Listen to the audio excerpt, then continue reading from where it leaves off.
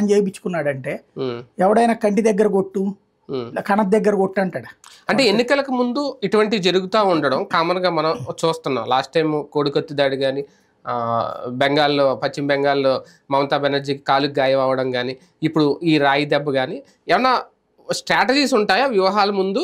అంటే నిజంగా అలా జరుగుతూ ఉంటాయి ఒక పథకం ప్రకారం ఏమన్నా? ఇప్పుడు అన్నింటిని ఒక ఘాటిని కట్టలేమండి. ఇప్పుడు ఫర్ ఎగ్జాంపుల్ కోడికత్తి అంటున్నారు, దాంతో ఎవడైనా పొడిపించుకుంటే మనం కూడా ఒప్పుకోవచ్చు. ఇప్పుడు కోడి సాధారణంగా పీక కోస్తుంది, అవతల కోడి గిలగిల కొట్టుకు చచ్చిపోతుంది. అంటే అన్ని త్రుట్లు తప్పుతున్నాయి. నేను అనేది ఇప్పుడు కొట్టాడు, కొడుతున్నప్పుడు మిగతా మీడియా ఫీల్ అవుతుంది, లేకపోతే డిబేట్లో నన్ను అనుకుంటారని పీకిస్తాడా ఎవడైనా? తప్పించుకుంటాడు కదా.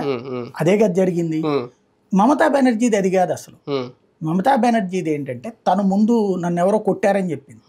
వాళ్ళ డ్రైవరే చెప్పింది ఏంటి, తను వెహికల్లో ఆ ఫుట్పాత్ మీద నుంచుని దానికి సపరేట్ పెడతారు, చెయ్యి ఊపుతున్నప్పుడు ఒక సందు క్రాస్ అయిన చోట ఈవిడ కూర్చోవాలి లోపల, కూర్చున్నది కదా అని అతను ముందుకు తీసుకెళ్ళాడు.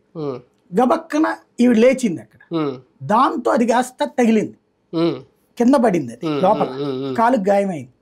ఆవిడ దాన్ని ఎలా కలర్ ఇచ్చింది, ఎవరో బీజేపీ వాళ్ళు వచ్చి కొట్టారని కలర్ ఇచ్చింది. దాన్ని దీన్ని